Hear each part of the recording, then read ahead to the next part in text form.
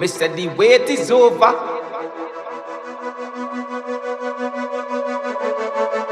Burn up the place like. What's up, guys? Welcome to conversation number 12. My guest today is Jeet Banerjee. He's an entrepreneur and he's been featured on TED Talks. He is a wealth of information and I can't wait to speak with him. Welcome to the show, Jeet. Hey, thanks so much for having me. Excited to be here. Yeah, I'm very excited to have you on. You're doing a wealth of things. You're a walking wealth of knowledge.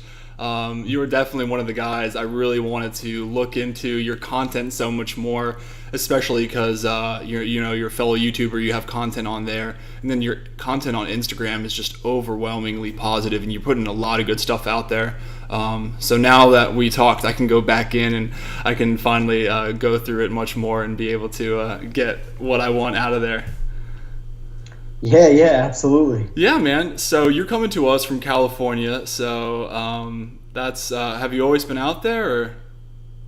Yeah, so born and raised in California, actually. Never lived outside of California, crazy enough. Oh, no, not too crazy. I mean, I guess a lot of people move around, myself included. I'm here on the East Coast in Virginia right now, but I love California. I've been out there myself. I saw that, I think when you were featured on TED Talks, you were, correct me again if I'm wrong, but you were about 20 years old? Yeah, I was 20 years old. Yeah, so because I think if we kind of fast. Yeah. Oh yeah, go ahead. But I was just gonna say I didn't mean to cut you off, but I was thinking like it even started before then, right? Like seemed like you had an entrepreneurial mindset even years before that, and obviously that's what got you to being on that. Yeah, absolutely. So I feel like I kind of had that entrepreneurial mindset, so to speak, probably when I was 9 years old. Ironically enough, when I was 9 years old, one summer, I used to love watching basketball. And during the summer, there's no basketball on. So I really got bored after I watched all the old videos and replays and pictures. Yeah. So one day when I was 9 years old, I was like, man, I just want to make my own basketball website, right? So most people have that crazy vision or that dream when they're that young. And then next morning they wake up, they totally forget about it. Yeah. But I was absolutely dead serious about it. I begged my dad to take me to the library and I bought a bunch of books on how to make a website, and 2 months later I had my first website up. And even though I never made any money from it, or nobody besides my mom and my dad ever visited it, it was kind of the first sign of I saw an opportunity or an idea and I went out and I jumped on it. So that's kind of the first spark I had when I was 9, and then it just kind of died down when school started up again, got distracted. And then when I was about 12 or 13, I used to play this video game. And it was this video game where you can earn in-game currency, okay. And the developers and the creators of the game would sell this in-game currency. It was called Puzzle Pirates. And so I got really good at figuring out how to make this in-game currency. So I started selling the in-game currency at a lower rate than the developers. And I did that for a few months and made a bunch of money on PayPal. And then at 12 or 13, I got my first cease and desist letter. So that was another That's sign amazing. of entrepreneurship. Yeah, probably not the most positive sign of entrepreneurship, but definitely a sign. Well, I mean, you just go until you hit a little resistance, and then this resistance was in the form of a cease and desist. But you stopped. It sounds like, but I mean, you're learning pretty quickly here. You were 9 years old. I mean, I'm still trying to recoup from hearing that you were 9 years old when you created that. And then here you are a few years later, I feel almost I'm thinking of digital currency, literally, right? So you're years ahead of the cryptocurrency and digital currency wave, doing that on a video game. It's super cool. Yeah, pretty much. So I did that when I was 13. And then after I got the cease and desist letter at my parents' house, lost my computer and my internet for a good amount of time. So that killed that dream. And then went back to the school grind, and then pretty much it really got serious, or the beginnings really got serious around 15. So when I was 15 years old, one day my dad kind of knocks on my door and he goes, "Hey G, you'll have all the basic necessities like food, clothes, shelter, all that stuff. But if you want the latest video games, you want to go to the movies with your friends, stuff like that, you need to go get a job after school." Yeah. So I was pretty bummed out, but I was like, okay, cool. I could work 10 hours a week or something like that, doing some minimum wage jobs. So I applied to a bunch of jobs, eventually got a job. And for about 2 years, I went through this insane struggle of trying to work 10 hours a week. And it was all part-time jobs and anything a 15, 16-year-old could get, cleaning floors, door-to-door sales, telemarketing, tutoring, all that kind of stuff. And one thing kept happening consistently over these 2 years. I either kept getting fired or quitting from every single job. And in 2 years, I had 12 different jobs. And Wow. so, and my senior year came around and I became really scared because I thought something was wrong with me, because my entire plan was go to apply to a business school or a nice business school, get a nice business degree, go to work a corporate 9 to 5, and I thought life would be great. But I wasn't able to work like 8 to 10 hours a week after school, which was ridiculous to Yeah. me. So one day I kind of went into panic mode and I started Googling, like trying to figure out what's wrong with me and what these so-called symptoms were, right? Because you Of not thought being it able was to work. wrong. You thought it was weird that you had so many. You were leaving jobs. You were either quitting or getting fired from all these jobs in 2 years. I mean, you said 12 jobs. I mean, yeah, that's a lot of jobs. But I think your mindset. It's already easy to see that. I don't even think like I can think of myself at 15 years old, and I had a job, but I don't know if I would have had so much insight to criticize myself and be like, oh man, maybe there's what's wrong with me because I'm quitting so many jobs. Or I probably would have just been like, no mom, I don't want I don't want a job anymore, or this kind of stuff's not for me. But you're like constantly like self-reflecting and trying to do better. And it started at a really early age, and then clearly you couldn't, nothing, it sounds like nothing was exciting you, but so you're trying to figure out, like what's wrong with me, when in actuality, you probably just working for somebody was not the key, and that's probably what you're getting into right now a little bit.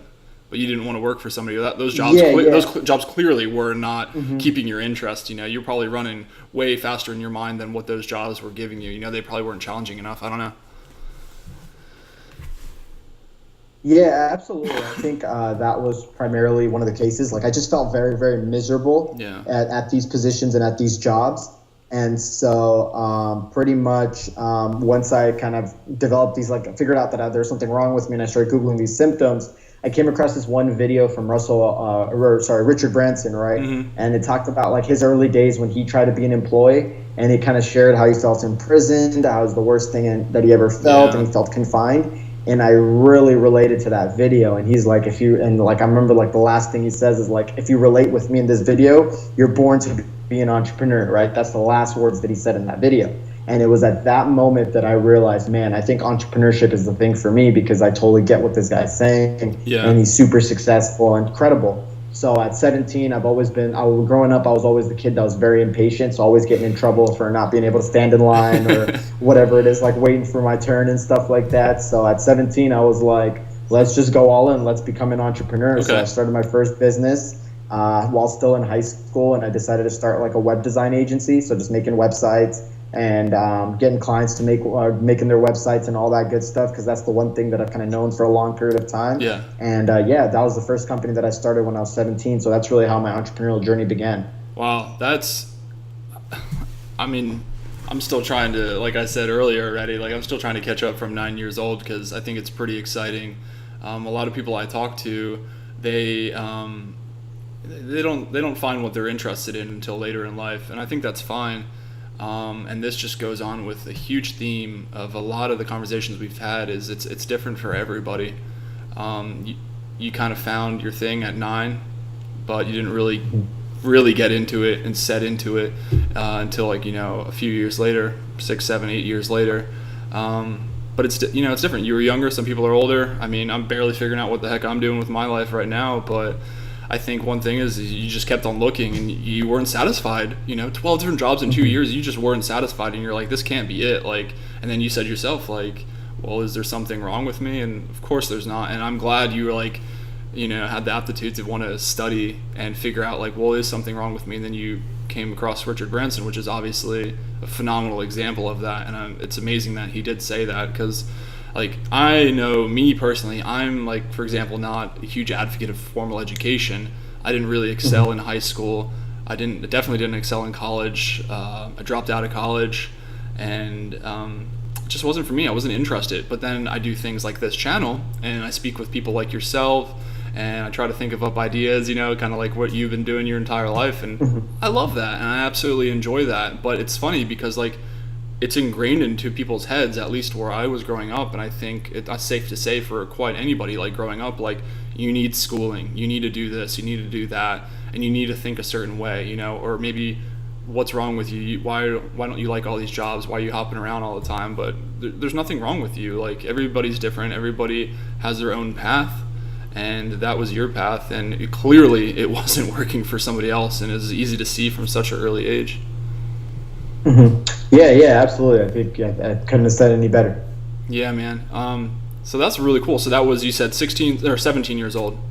17 years old, yeah. So 17 years old, I start this web design agency, kind of still I'm going to high school. I got accepted into a college, so I still have plans of doing that. My parents haven't kind of given me the free path to just do whatever I want, but so I got to still focus on education. So it's kind of like a 50-50 thing that I'm doing on the side. Okay. And so the web design company starts growing really, really fast, and things just kind of take off well past my imagination. Because when I first just got started, it was like, man, if I could make a couple $100 and not be miserable, I'm like on cloud nine, right? Yeah, and for sure. From a couple $100, it became like a couple $1,000s, and then from there, it like exponentially started growing. And I was like 17, 18 years old, so it was like a really cool experience. And I remember like at the peak of the company, I was at about 20 employees that were kind of working under me, so we were really able to grow really fast.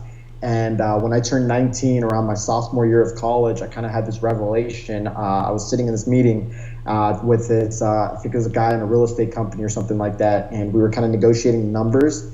And so I'm throwing a number back at him, and he's trying to lowball me, and then I'm like, all right, I can meet in the middle, something like that. And this guy tells me something that really like just stuck with me for a few weeks. And he goes, well, if you don't want to take this project on, I've got 50 other people in my inbox that'll do the same thing that you're doing. Dang. And so at that moment, it really hit me, because it was like, man, I just felt like even though I was very happy and all that stuff, I still felt like something was kind of missing. Yeah. Like I didn't have that purpose or that sense of fulfillment doing this. And it was at that moment I realized what that missing piece was. And I realized, man, if I fold my web design company tomorrow, no one's going to really know I'm missing. Websites are still going to get made. Yeah. Everything's going to be great. And it was at that moment that I figured out, man, I want to do something deeper and more valuable, something that necessarily doesn't have a solution for it, or solving a bigger problem where I'm like very much so needed in the marketplace, right? So at 19, I decided, you know what, I'm going to put this company up for sale. And if someone's willing to buy it, I kind of want to move into my next venture. So after a few months, I had a local company in the area buy me out. So at 19, I sold my company with about 20 employees. And then I took everything that I got from there, from the experiences to the money and all that stuff, and I jumped into my second business immediately after. And the second company was called StatFuse. And pretty much what that was it was a web application that helps high school students get into college. So we would basically calculate their odds of admission getting into a university, analyze their college applications to tell them what their strengths are, weaknesses are, and how they can better kind of apply. So pretty much doing what a counselor would do in person, just virtually. So because that was like a problem that I had gone through when I was trying to graduate from high school. So something very close to home to me, and I couldn't find any solution for it. And then my partner at the time as well had kind of dealt with those same issues, who was the same age as me. So that was kind of the second company that I launched, and that's how I transitioned from company A to company B pretty much.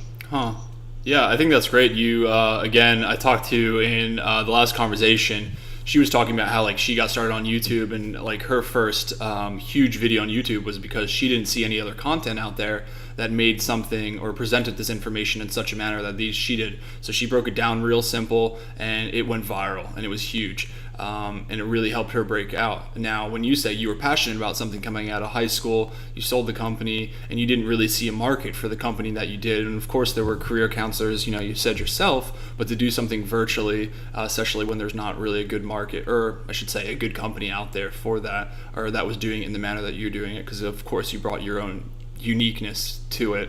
So you're just filling a market gap right there, or market hole. And I think that's a phenomenal way to do it. And something you were more passionate about and that you kind of enjoyed, and even more so now you're already you're really starting to help people. Not like you weren't helping people before, but now you're like actually guiding people's lives in a sense. Helping them kind of align themselves and put themselves in the right trajectory. Yeah, absolutely. Yeah, I think the big thing with me was I found a lot of fulfillment with this project was because like so many people were dealing with this issue and there was absolutely no solution there. And being able to be someone that's creating a solution for a problem that didn't have one was very meaningful to me, because I felt like I'm really making an impact, versus like with the web design stuff. Obviously, I'm helping people, doing a good job, all that stuff, but it wasn't something like it wasn't like a problem that nobody was fixing. There were so many people giving a solution to it. I was just another one of those individuals. So I really got that sense of fulfillment and purpose with StatFuse. And so pretty much I launched that company when I was 19.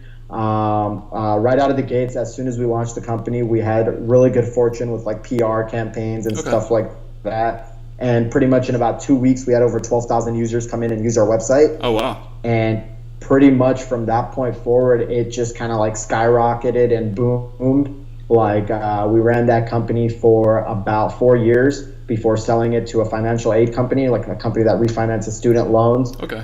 Grew it to over 250,000 users in those 4 years. Wow, that's incredible. Had a lot of success stories with helping students get into good colleges, guiding them and really changing a lot of lives and all that stuff. So that project was really, really awesome, really, really fun. And one of the best things about it was that we never spent more than maybe like a couple $1,000s on marketing that entire thing. And that's so, cool. yeah, it was pretty awesome. Wow, man, that's super inspirational. I mean, talking about going out there and doing something that you're passionate about, helping people, doing it for relatively low cost, I'd say, and then with that relatively cost, helping out so many people. That's amazing. And then thank you so much. Yeah, no, I mean that's like the the stats speak for themselves. Like you'd be crazy not to realize like how awesome that is. Plus you're helping people, and you said 120,000 people, right? I mean that's no, 250,000. 250. A little over 250,000. I have to. I just robbed you. But no, that's crazy. 250,000, 250,000 people. You know, you helped, and God knows how many people's lives you actually helped and changed. You know, that's incredible, and that's a huge portion of this channel. You know, we kind of talked just a little bit offline beforehand, and one of the reasons I wanted to get you on here, other than the wealth of information and the inspirational story that is your life, you know, you're helping other people, and I follow your Instagram, and you're putting out really good content, really good quotes, everything that you're putting out, suggestions, whatever have you. And it's great, man. And clearly you've been applying that to business your entire life.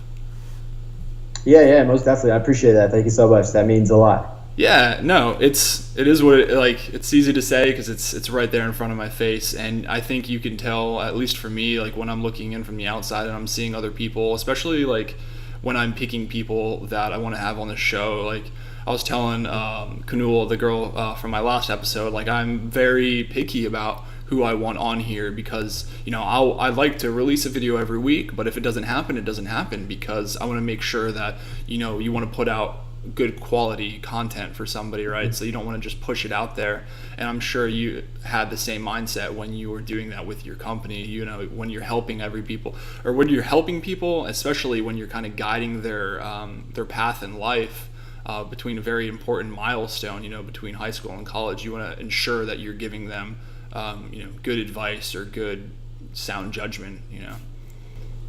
Yeah, absolutely. Yeah, even when we kind of like, because we spent about almost a good solid 12 months in like the development and beta stage before we ever kind of made it live to the public, right? So just making sure, one of the biggest things for us was making sure that our software and our algorithm was as accurate as it could be. Yeah, so we went through this massive beta process of taking students that had already been accepted at universities and telling them like, hey, can you give us your report cards, your transcripts, so we can run that data back in our system, see if we get accurate results, and just a lot of fine tuning and testing and improvising. So I'm totally with you on that. I think if you're ever going to put something out in the market, you got to be proud of it yourself. You know, like if you're going to stamp it with your name on it, you got to be proud about it. So I totally get where you're coming from. Yeah, of course. Sometimes it takes a little longer to push out something better, but it's totally worth the wait. Yeah, but if anybody listening or watching needs a better example, they're not going to find it because you spent 12 months just developing this algorithm, you know, and acquiring data and checking out all these metrics and anything, you know. I'm sure there was a million more things, but I'm sure there was a lot of times also during those 12 months where you're probably a little bit antsy, like, you know, let's get this started. But you want to, like you said, you put your name on it, you stamped it with your name, and you want to be able to ensure that, you know, not only is it just about like maybe you putting out good content with your name on it, but you want to ensure like, hey, if I'm really going to help somebody, I want to help them truly. Like I really want to be there for them and be able to, if I'm going to create this company and I'm going to have these people working for me also helping, I want to ensure that everybody knows exactly like what the plan is here and that we give them good information. Yeah, absolutely. 100%. Yeah. Oh, wow. That's, so 12 months in beta, and then 4 years after that. So that's no, actually about 3 years. 3 years of being like live to the public. Yeah. Okay, so 4 years was 4 years total. 4 years with the beta period. Okay, yeah, for sure. So that, and you started that, you said when you were 19, right? Yeah, 19, just about to turn 20. Up. Oh man, that's I think about where I was when I was 19 or 20, and when I say everybody's stories are different, I sure shit mean it because when I was 19 or 20, man, you had multiple legs up on me right there. I was still trying to figure out, who the heck I was. So it's incredible to be able to speak with someone like yourself that definitely figured out some things a little bit earlier. I mean, I was probably concerned with, who I was going to get to buy beer for me at 20 years old. So, Yeah. and I'm especially I'm sure being in college, because you obviously you said you were in high school, but then you did go to college, or were you just working at this time? So I went to college for about 2.5 years before I dropped out. So I dropped out probably around when I was like 21 or so, 2021. So yeah, so during the beginning, first 2 years of staff fees, I was still in college. And then midway through staff fees, I ended up dropping out and just kind of going all in with it. Yeah, man, it definitely. I mean, you want to be able to give it all of your attention, but at the same time, I mean, obviously, you understand the business at this point. I mean, you were even the business that you sold was successful. It sounds like you're like it's funny how it works because you're like, man, if I just made a couple $100, I would be so happy. And then you made a couple hundred, and then you said it was exponentially, and then you sold it because you wanted to do something that you enjoyed. So you knew what you were doing with that company, and then you found something that you're passionate about, and you really knew what you were doing there. And I think one has a greater tendency to do even better at something that they enjoy. I'm sure you'd agree. Yeah, 100%, absolutely. Like if it doesn't feel like work, then you're not looking at the clock, you're not watching the clock. You can put in as many hours as you want. And the thing I tell people about entrepreneurship is that you want to do something that you're willing to work your butt off for years, and you might not even get paid for those years. And you got to do it with a smile on your face. And if you find something that you can do that with, then you'll be successful at it. And that's what the key is. Yeah, you'll be good to go. I know. For myself, I always tell people the example of myself right now, with this YouTube channel. YouTube for me is, I love it. First of all, I really enjoy speaking with people like yourself, and it's a great time all in all. And especially when you get the positive comments and the feedback about hey man, when I heard Jeet say this, or when I heard whoever say this, it really hit this line with me, and I'm very thankful that you're doing this to be able to disseminate this information. So the reason I say all this is because YouTube, yes, is very hard to break out on this from somebody that's essentially starting from nothing, but I love it, as I just said. So it's more than likely going to take years before it gains serious traction, if at all. But worst comes to worst, I'm still learning from you, and other people are learning from you and everybody else that I've had on here. So if I can disseminate information for free, then so be it. Because I don't mind those late nights. I mean, there's plenty of nights I'm working late. And it doesn't matter. I love, I said, I will never get a virtual assistant to do the editing or anything that I do, because I just enjoy the whole process. I love talking to people, and I love the editing. I love disseminating the information. So you're exactly right. If you're doing it for free, or if you're willing to do it for free, then you'll have no problem working those long hours, especially when the money starts coming in a little bit. Yeah, absolutely. So what did you do? So in between this, I guess it sounds like somebody at TED Talk kind of recognized you, and it sounds like your infancy of the second company, because you were around 20 years old, right? So did they see this company specifically, or did they? I'm always curious, how does this organization find somebody to speak like yourself? Yeah, absolutely. So when we created staff fees, we actually joined something called an incubator here in Orange County, and pretty much there's a lot of incubators out there that kind of provide mentorship, investments, resources for young startup companies, and they pretty much provide all this in exchange for equity. So we joined one of these programs in Orange County that had kind of helped us through the conception process and all that good stuff. So while I was there, we had some really cool mentors there that ran the entire program. So one of the mentors one day just approached me and was like, hey, because he had known me pretty well. He's like, hey, I think you'd be a really good candidate for this. There's this event going on down at the city. It's called TedX, and they've been looking for candidates for a while, and they've got a few spots open. I think you should go out there and just give a pitch, right? And so initially I was like, man, like I used to watch TED videos all the time before this. So I was like, man, there's no way I'm getting this right. But I was like, I can't look bad or like let down my mentor right now. So I'm just going to go out there and do it. Right. But I literally went there and it's really bad mindset to have for everyone out there watching. Don't ever have this mindset. But I literally went out there like, I'm just going to go out there and do it. And I know nothing good's going to come out of it, but I'm just going to go do it. And ironically enough, crazy how things work out. They loved the topic that I kind of brought to the table, and they were like, man, we want you on TED. We need you to come out there. And then that whole process begun. So that's kind of how I got that opportunity when I was 20 years old. No, that's cool, man. And I mean, you said, I hope, nobody's listening does this, but I mean, I think the bottom line from that little story is that, you just went and you did it, I think sometimes, obviously, outcomes are important. But if a lot of times when you're worrying about the outcome too much, you don't perform as well, right? Like you might, I think if you were like, were caring about it so much, you may have gone down there and like fumbled your words or I don't know, something like that. But the fact that you're like, oh, let's just see what happens. Like, I think it probably turned out better, and it probably came through with how you were presenting yourself and the information that you were, you're saying. Mm-hmm. Yeah, absolutely. So, and that's pretty cool. And obviously, like, but it was TED Youth, right? So they were featuring people that were probably in their teens or lower 20s, maybe? Yeah. So TEDx Youth, I think it's like under 25. I believe that was like the classification.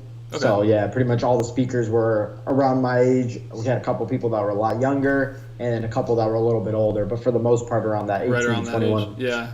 No, I think that's inspiring. I think it's just as important too, and I think it's really cool because actually I haven't, before I saw you on there, and again, I didn't watch too much of it because I wanted to learn everything you're saying right now. But before I saw you on there, I don't think I had seen another like youth talker. I had watched tons and tons of other videos from TED because they put out so much good information. But I think it's really important, like I was saying, to be able to have talkers or speakers on there, through their teens. And really have no age limit, because if you can find success at a certain age, then talk about it. I think if you're able to find success at that age, then why not talk about it? Like if you were younger, I don't know, like what's the youngest kid they had on there? Do you know? Like 14, 12? I don't know. I think they had someone maybe around like 12 or 13 years old. Yeah, which is crazy because like that is way less than half my age right now. Like I'm 30 right now trying to figure stuff out. And if I saw a 12-year-old in there, I'm like, holy crap. Like initially, I'm like, this kid's 12. Like, what does he know? But I think you have to be able to like humble yourself and be like, obviously, if this kid is or say they're running a business, like they know what they're talking about, definitely. Or else they wouldn't be in the position they're at. And age definitely doesn't have a limit when it comes to success. I mean, hell, you started off this conversation saying at 9 years old, that's when you were first looking into your first website. And I know at 9-year-old, I probably didn't know what a website was. So no, I'm just saying, like, my point is throughout whatever age it is, it doesn't matter.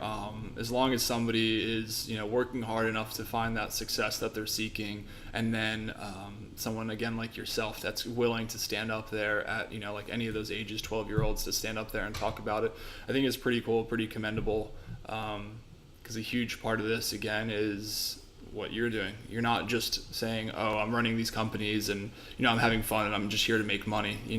Obviously, like, you need to make money to run a successful business, but at the same time, like, I know that's something I want to do, and why I have this channel right here is because I want to help other people and show other people, give them real life examples of people like yourself that are like going out there and doing things and then helping others as well. And I think that's just a huge part of life, man. Like, not only just figuring it out yourself, but kind of helping other people that are maybe not necessarily, I don't want to say like they're slower to get there, but maybe they're unguided or they don't necessarily know. So like kind of like how you were doing in your second company, you were trying to help people put them on their path. Like that's, I guess I could put a little correlation to this show, if you want, I guess, channel, to maybe help somebody put them on their path. Because you're doing one thing, you're doing so far in your life story, strictly entrepreneurial things. I had day traders on here, I've had gym CEOs, I've had CEOs and whoever, startups from everywhere. And maybe this conversation won't be for somebody, and that's totally fine. Like, it makes sense, but maybe it will strike a note with somebody, and that's what it is. You just show examples of different people and see if maybe it'll, throw something against the wall and see if it'll stick and help them out. So that's pretty cool. That's what we're trying to do here. Or that's what I'm trying to do here, and that's what you're doing in your company. But with that company, you said you had for 4 years, and then so did you end up selling that company as well? Yeah, ended up selling that company as well. Okay, so and if I remember, you're 25 now, right? Yes, correct. 25. So you sold that about 2 years ago, then? Yeah, 2 years ago. Yep, when I was 23. So it sounds like, you're helping 250,000 users. What made you want to? And you sold that one as well? Yes, I sold that company as well. And pretty much like the driving force behind us selling it was that we felt like we had kind of grown it to a very high level. Okay. And we just felt like the education system, especially when dealing with like government education systems. So like it wasn't a situation where, we could just call up every high school and be like, hey, we got this free software, tell your students. One high school would be like, okay, you go to the district. District would be like, go to the state. State would be like, go to the government. Go to the government, nobody picks up the phone, right? Or when you go to like the federal government, nobody picks up the phone, right? So there was a lot of challenges when it came to like really marketing and getting this in front of people. And pretty much this financial aid company had a lot of access to, because they've been out there for over a decade. Yeah, exactly. They already had their hands in everything. Yeah. Yes, it already cultivated all these relationships and had all this access. And like I said, to us, it was more so about like really creating a difference and being able to expose this product that we thought was really valuable and work to as many people as possible. Yeah. So we kind of came to that bittersweet moment where we were like, man, we've grown this as much as we can, but it's time to pass it off to somebody else that can really take it to the next level. And that's pretty much exactly what we did. And that was kind of the driving force for us selling. No, that sounds good, man. Because like you said, they already had their fingers in everything essentially. So they had kind of had the reach that you guys weren't really able to obtain. So I think that was a smart move doing that. That's pretty cool. Mm-hmm. Yeah, absolutely. So what the heck are you doing now? What have you been doing for 2 years? Yeah, pretty much. So pretty much right after I sold Staff Fuse, there's probably about like a few weeks that I was kind of idle, just kind of like relaxing, taking some time off, trying to think about kind of what was next for me and stuff like that. So I ended up pretty much launching 2 companies since then. Okay. One company is a health and supplements company, so we would pretty much bring back like ancient remedies. So not so much like onto the fitness supplements category, but more towards like the herbal supplements. Okay. So like taking like flowers, herbs, minerals, different types of fruits and stuff like that have like health benefits that are like alternatives to pharmaceutical medication. And I've got that company going. And then the second company that I launched pretty recently, which is kind of like one of my biggest passion projects right now, is called the Income Incubator.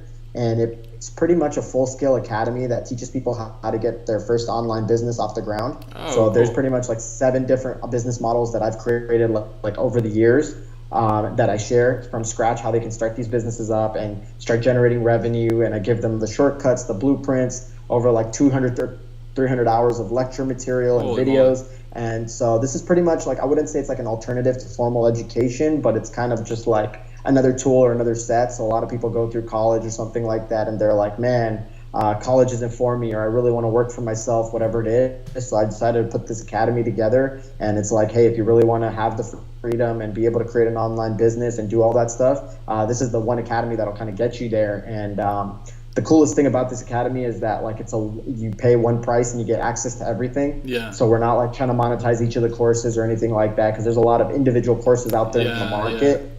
And talking to a lot of the people that have taken those things, it's like one of 2 things happens, right? One of them take the course and they just completely fail at the business.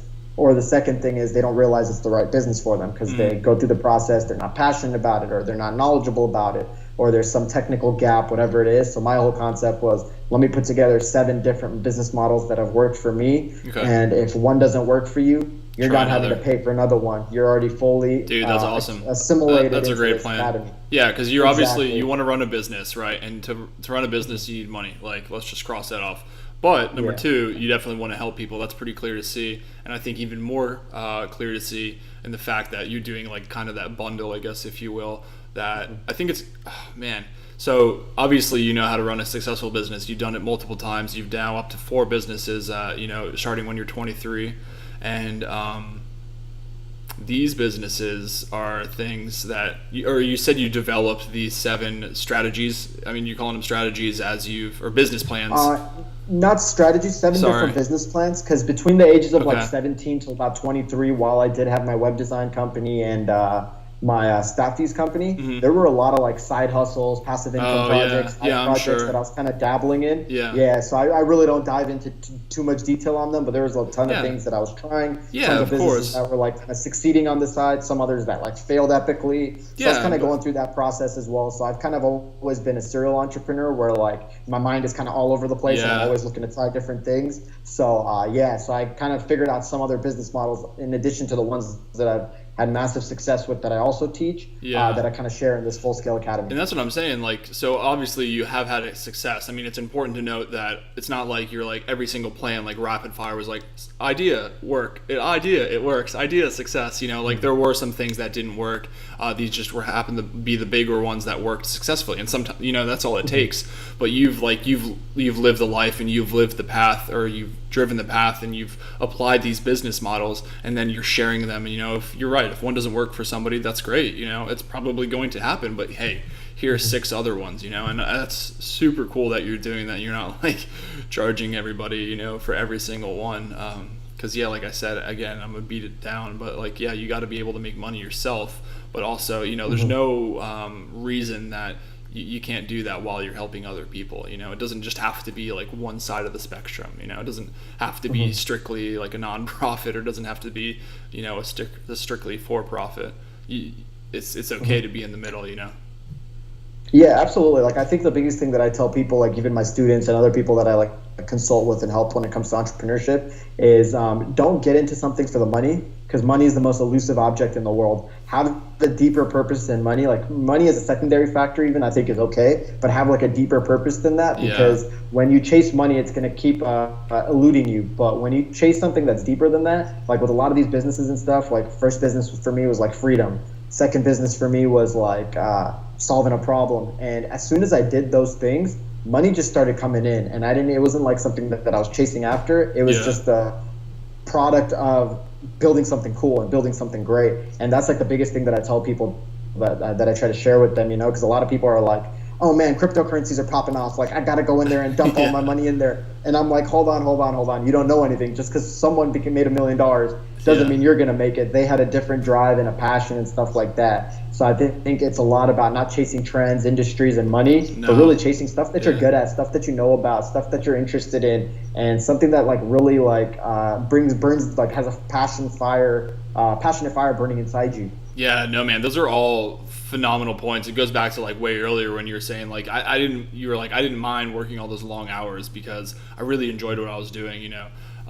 And then not chasing the money, of course, because then like what goal do you have? Like chasing money is not really a goal, is what you're saying, and I definitely agree with you right there.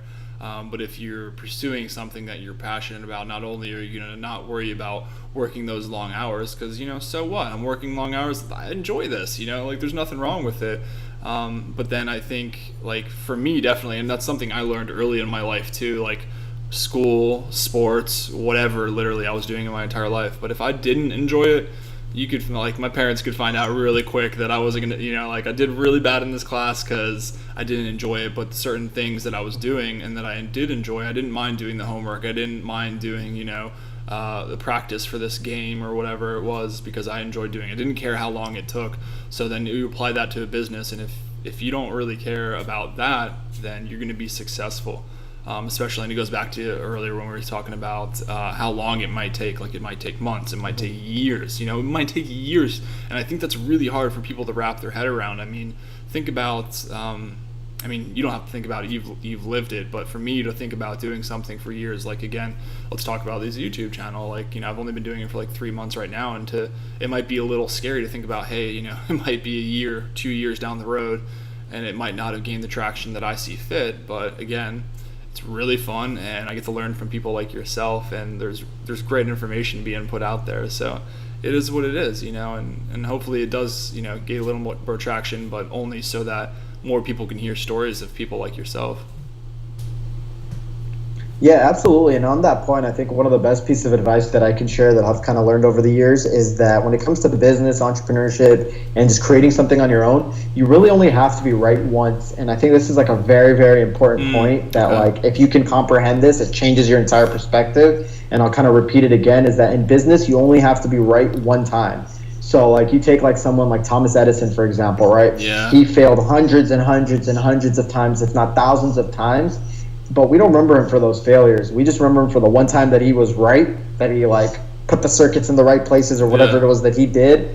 And that's what we remember him for. And that's how he just literally changed the world. Like if Thomas Edison doesn't do what he does, someone like Elon Musk isn't doing what they're doing today, right? Like the chain reaction of domino effect is just crazy to kind of like even just conceive the thought that that's how it happened, right? And I think that's the biggest thing that I tell people that are in the struggle, that are kind of going through it. It's just a journey, and if you just have the right mindset about everything, and you don't give up, and you just focus on learning from each iteration, each failure, and each mistake, and coming back stronger, it's just a matter of time till you're gonna freaking kill it and solve whatever problem it is that you're going after. So yeah, dude, you are a multitude of good points. I mean, that was just like rapid fire, good point after good point. It does only take one time, and then hopefully you have more than one time, but initially it could take, like you said, hundreds or thousands of times to get that one light bulb working. And but I probably didn't know the guy, but I'm pretty sure it's safe to say that he really enjoyed trying to make a difference and trying to invent and do everything that he was doing from all the research I've done. And you don't mind there sitting there as late nights trying to figure out that circuitry. It doesn't matter, because he knew he was onto something great when he would get it. Now when you're working on your companies, and you're in beta for a year on that second company, like you knew you were on something great. You were patient day after day, weeks, months, up to a year, and then you're finally releasing your actual content, your business finally started rolling. But you were patient. You knew you were onto something. So that's all it boils down to, man. You're right. It really does only take one time, and then, like I said, hopefully, after you figure out that one time, I think that can be addictive, right? So maybe if you did, I think the first time is probably the hardest. Like, you don't ever think you're going to be successful, however you quantify success. But I think once you've tasted that success, you're like, okay, now I like no shit understand that, maybe I did try all these times, but I did get it. And it did take that one time. And now, I've tasted it. It's super juicy, and I want to taste that again. So then I think maybe even more so you don't mind trying again, all those times, because it's obtainable. But I think sometimes when it hasn't been obtained yet, it can be really difficult to do, or really difficult to keep up that consistency to want to be able to achieve whatever you're trying to do. Yeah, absolutely. I think that's a great point. I think the first time is the most daunting, and it's the hardest in almost anything in life that you do, like whether it's your first $1 million, your first company, your first house, your first kid, like pretty much any aspect of life, the first time of anything is literally the toughest thing. And then once you do it once, you're like, man, okay, that wasn't so bad. I could do that again. Yeah. Right. So that's just how it kind of goes. And I think like if you have the right approach and the right mindset going in the first time, there's literally nothing in the world that can stop you. You are your like worst enemy and nightmare, So that's how I like to think of it and tell other people as well. Yeah, I'm glad you said it though. I would hope that, like you said, mindset, when it comes to that first time, you said it's daunting, and it is daunting. Like, it was daunting starting this channel. I didn't know what I was doing, but you just kind of got to start, and your mind definitely has to be in it. You have to be, and to hear somebody, like yourself that says that, you have to be able to remind yourself, like, okay, I'm gonna start this task. Like, it is a big decision to say, all right, let's start. But you have to have that right mindset to be able to continue to remind yourself as well that maybe I just won't be successful for quite a long time here. But I think if you don't have that right mindset, then you won't be able to like friendly remind yourself every day, day after day, day after day, month after month, that okay, I know I'm not successful. Because it's one thing to talk about, and you and I can talk here all we want, but for somebody to go out there and live it is, as completely different and extremely difficult to do. When you're alone and you don't hear, two guys just talking about it, and you're sitting there and you're like, man, I like that conversation. I hear what they said. I agree with what they said. But I'm just sitting here in my room working on this project alone, and it's 4 months down the road, and I still haven't seen any headway.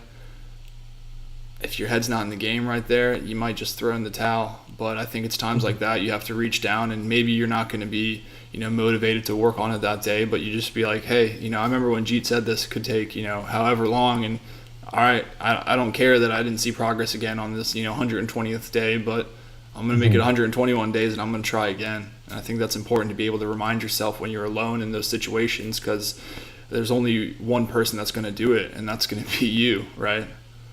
Yeah, 100%. And I think the other big thing to remind people is like, because even me having some of the successes that I've had, there's definitely been low points where I was very close to throwing in the towel and giving up. And one of the things that works best for me is that just kind of going back to day number one and reminding myself of why I'm doing what I did, like what really made all this worth it. And I think for someone that's kind of lonely and kind of feeling down and going through tough times, if you can just draw back to that day and remind yourself, like, man, on October 1st when I started, here's why I started, and you keep reminding yourself about that, you'll get that spark and that motivation right back, and the adrenaline flowing right again. And that's worked really well for me. I think so.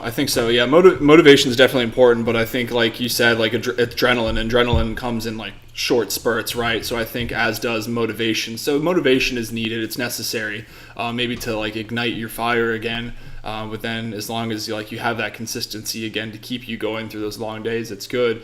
But a super good point that I 100% agree with is that you have to think about why you started in the first place. I think that if you don't have a good reason to what you're doing, whatever your project is, whatever your passion is, your business, if you don't have that good reason that you can go back and reach back and realize why you started, then like why even persist? Why continue to go on if you don't have a solid foundation to what you're building off of? Yeah, 100%. I totally agree with you. But I feel like someone that's kind of on here listening to this show, watching this show, stuff like that, I think they're already in the right place at the right time, right? Because I think a lot of it comes down to initiative, right?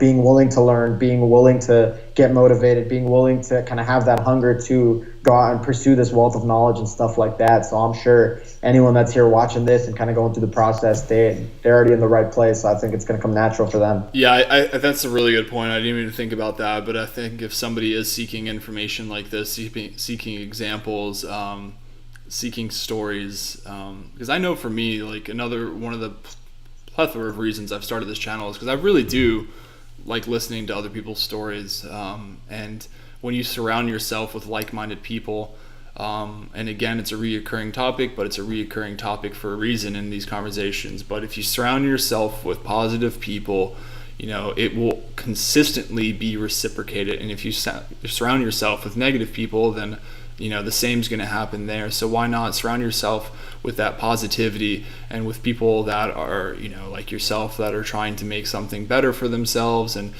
being an entrepreneur and then helping to give back as they are an entrepreneur. So no, more great points there. Yeah, totally. Awesome. Yeah, man. So you're doing these two companies right now, and what are your plans for these? Like, are you gonna hold on to these for a little while then, and pass the baton again on them, or? Yeah. I mean, as of right now, like for me, it's like I don't really ever like go in building a company with the mindset that like I'm gonna build this company and try to sell it in like X amount of years. Yeah, of course. I wasn't trying to say that. Like. Yeah, no, totally, yeah. So for me, it's just more so like it just kind of depends where things go. So I'm very much so like take it in stride. Exactly. I'm not very organized, and I'm not very like a big long-term planner. Yeah. Like I have like long-term visions and goals and stuff like that, but I love to play things kind of by ear, and I'm very like adaptable, so to speak. Mm-hmm. So I just kind of go with the flow with a lot of these things, and like. Maybe I take a left hook to the jaw tomorrow, and then it's like, okay, now I got to completely shift right or whatever it is. No, dude, those are great points. I mean, you have to be adjustable like that. You said you're adaptable, and you have to be. And I think, but at the same time, you have these long-term visions. So it's good to have these long-term visions or goals or whatever you want to call them. But the fact that you got to be able to call that audible, maybe sometimes, because maybe just because you're on these tracks headed in this direction, if you get derailed, you can't just like, all right, I'm throwing the towel. Like you got to be like, pick yourself up and just keep moving, maybe in a different direction, because this is where the the direction of the company's moving this time. That's a great point, man.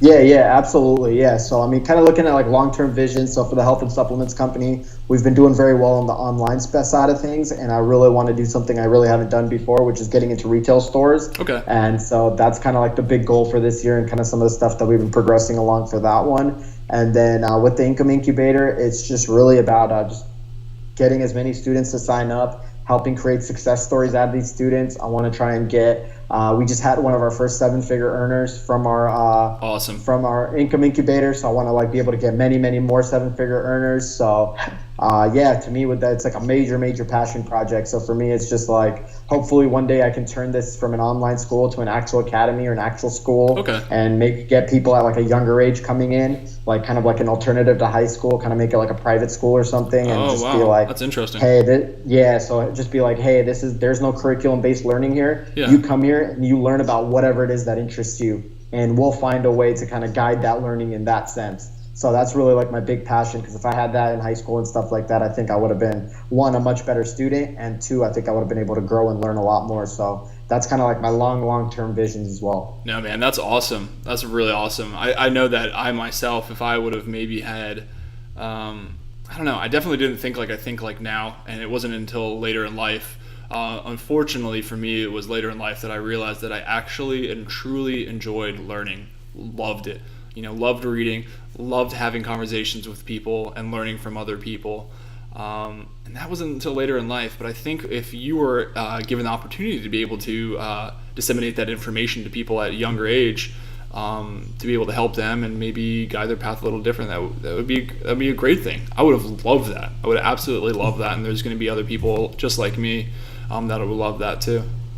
Mm-hmm. Yeah, absolutely. Because I totally relate with what you're saying. Because I love learning too, but when it came down to high school, I just didn't love learning what they wanted to teach me. Yeah, that's so that was just the issue for me. So I feel like if you give people the freedom to learn about something that they're genuinely interested in, then the potential that they can tap into from that point forward is just incredible. And, no, you're spot on. Yeah. And it's almost sad. I mean, because like, to me, it's like school's there for, it almost seems like, you're going to keep your kids there just so they can be somewhere during the day while the parents are at work, and like, this is our curriculum and this is what you're going to learn. And so like, boom, boom, boom. It's like, this is what you're going to do. And it's good. It has its place at a certain point. But I mean, I feel like it's so archaic almost. Like we've been learning like that for decades, if not centuries. I mean, just that style of learning goes back so long. And why can't, as we evolve technology, like why can't we evolve how we're teaching our kids? Because if you were able to apply that to kids at a younger age, then okay, it's not going to be for every kid that hears you speak, but there's going to be 1 or 2 kids in there that are be like, this is for me. Like just like when you figured out at a young age that you wanted to be an entrepreneur, there's bound to be other kids at that age that are going to be like, this is exactly for me. I'm not interested in this schoolwork. I'm not interested in this job I have, but I'm interested in what this guy's saying to me. And this sounds exactly like something I want to do. I want to work for myself. Mm-hmm. Yeah, absolutely. Spot on. No, I 100% support that. I think that's that's definitely a great idea. And I'd be interested in seeing that where it goes in the future. Because right now you said it's just online right now, but I mean, if you just had a client hit 7 figures, you're obviously also doing something right with teaching other people. Mm-hmm. Yeah, exactly. And I think my thing right now is like I think online is the easiest way to really scale this out and really be able to kind of get the funding and resources and credibility necessary. But yeah, definitely maybe like 5, even like 10 years down the line, I think this is like one of my biggest passion projects that I want to do. I really want to disrupt the education system. And like you said, it's very archaic in the way that it is. And I feel like anytime someone goes to try and change it, they just get derailed or they just kind of get pushed off. Yeah, there's a lot of adversity in that. And I'm pretty sure that you'll probably face a lot of pushback in that realm as well. But I think that any time that you face resistance, no matter where you're kind of pushing, I think that's a good sign. Like if you're trying to change something and people aren't willing to change, it's probably a good sign that it probably needs to be changed at least a little bit. Mm-hmm. Yeah, absolutely. I mean, totally, man. Like I'm ready for the fight. I'm ready for the challenge. So I look forward to it, and hopefully we can disrupt the education system in a positive way somehow one day. It's definitely in a positive way. It's in a phenomenal way, and you have my support, and I'll be very excited to see where it goes. Jeet, thank you so much for coming on, man. Is there what's your handle? How can people find you? So my social media handles are at thejeetbanerjee. I'm mainly active on like Twitter and Instagram. And if people want to learn more about my projects, read my blog, email me, learn about the academy, any of that good stuff, they can go to my personal website, which is spelled JeetBanerjee.com. So jeetbanerjee.com. And Sweet, man. yeah, thanks so much for having me on. It was a pleasure, man. Yeah, I love talking to you. It's really cool. I haven't spoke with somebody that kind of found their path so early. Very, I don't know how to say it. I always say exciting, and I beat that to death, but I'm like truly excited. Like I'm stoked to talk about it. So I'll definitely link everything below, everything that you just said. We'll make sure that people can find you. I'm definitely going to check out your website.